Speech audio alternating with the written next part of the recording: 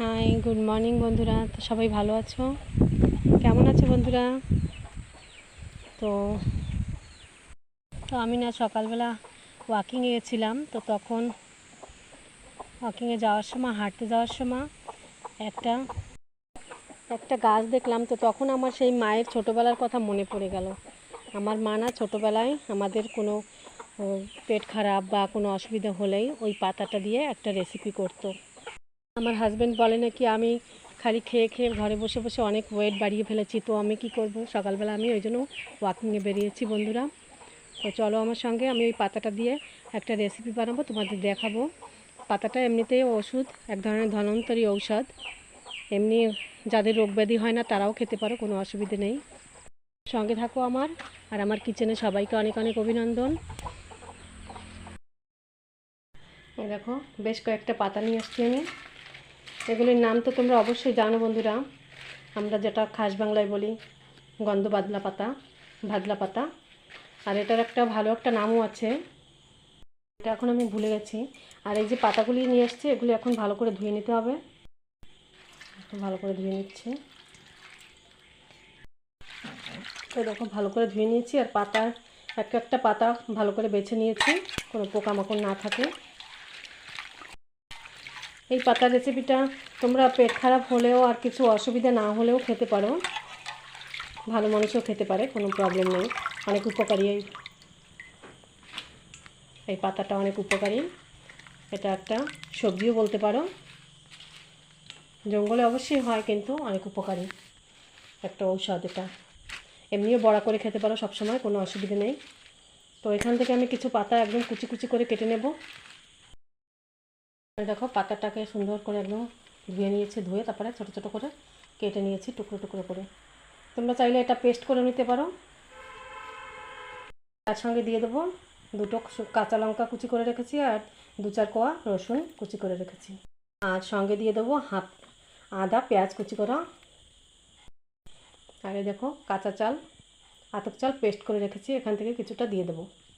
দেখো, ভিজিয়ে রেখেছিলাম 10 মিনিটের মতো, তো তারপরে পেস্ট করে দিয়েছি একটু জলের সাহায্যে। তো এখান থেকে 2-3 চামচ দিয়ে দেবো।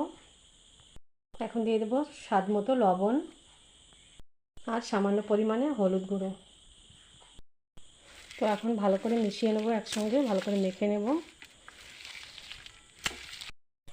তাই দেখো, মেখে নিচ্ছি সুন্দর করে। বন্ধুরা, যখন দেখবে তোমরা যে কোনো বড়াতে ভালো করে মিশছে না, তখন কি করবে, এর মধ্যে একটুখানি বেসন বা আটা দিয়ে দেবে। আমি একটুখানি আটা দিয়ে দিচ্ছি এখানে। এখন সুন্দর করে মাখা হয়ে যাবে একদম। তাই দেখো, কড়াইতে আমি সাদা তেল দিয়ে দিয়েছি, গরম হয়ে গেছে। আর এখন এই যে বড়াটা তৈরি করেছি, মেখেছি, এটা এখন দিয়ে দেবো। তা যে যে বন্ধুরা আমার পেঁয়াজ রসুন খেয়ে পছন্দ করো না খেতে, তারা পেঁয়াজ রসুনটা বাদ দিয়ে দিতে পারো। শুধু পাতা আর একটু কাঁচা লঙ্কা হলুদ লবণ দিয়ে করতে পারো। এই পাতাটা একটা গন্ধ আসে, তাই আমি পেঁয়াজ রসুন একটু বেশি করে দিয়েছি। তাই দেখো, আমি এখন কড়াইতে দিয়ে দেবো।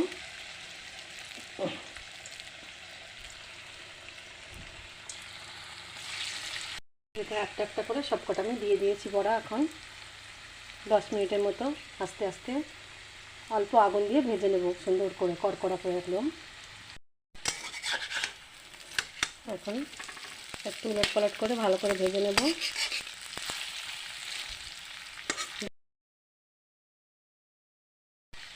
দেখতে একটু কালো হবে রঙটা, কিন্তু খেতে অনেকই টেস্টি হয় বন্ধুরা। একবার অবশ্যই বানিয়ে খাবে, আর আমাকে কমেন্ট করে জানাবে কেমন লাগলো আমার এই নিউ রেসিপিটা।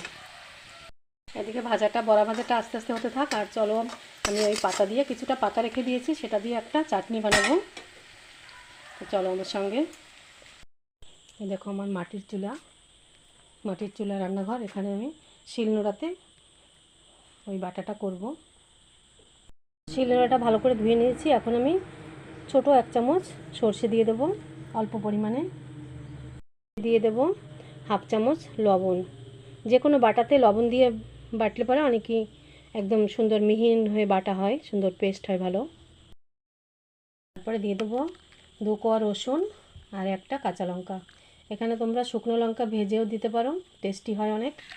তারপরে দিয়ে দেবো। এখন এটাকে আমি সুন্দর করে বেটে পেস্ট করে নেবো একদম। তো এই দেখো, মিহিন করে বেটে নিয়েছি। এখন এর মধ্যে ওই পাতাগুলি রেখে দিয়েছিলাম, এই পাতাগুলি ধুয়ে নিয়েছি সুন্দর করে, 2-4 বার ধুয়ে নিয়েছি। এখন দিয়ে দেবো এর মধ্যে। দেখো পাতাটা দিয়ে এখন সুন্দর করে পেস্ট করে নিয়েছি। তোমরা চাইলে এটাকে মিক্সিতেও করতে পারো। তো এই দেখো একটা বাটিতে এখন আমি তুলে নিয়েছি। এখন এর মধ্যে আমি 1 চামচ সর্ষের তেল দিয়ে সুন্দর করে মেখে নেব। তো হয়ে গেছে আমার চাটনি। আর মনে পড়ে গেছে পাতাটার নাম হচ্ছে গাঁধাল পাতা। তো বন্ধুরা হয়ে গেছে আমার চাটনি, আর ওদিকে বড়াটা হয়ে গেছে, নামিয়ে ফেলেছি। এই দেখো। তো অবশ্যই এইভাবে বানিয়ে খেয়ে আমাকে কমেন্ট করে জানাবে বন্ধুরা। ভালো থাকো, টাটা, সুস্থ থাকো সকলে। আর যারা যারা আমার চ্যানেল নতুন আমাকে সাবস্ক্রাইব করো বন্ধুরা। তো সকলে ভালো থাকো, আর আমার ভিডিও দেখার জন্য সবাইকে অনেক অনেক ধন্যবাদ।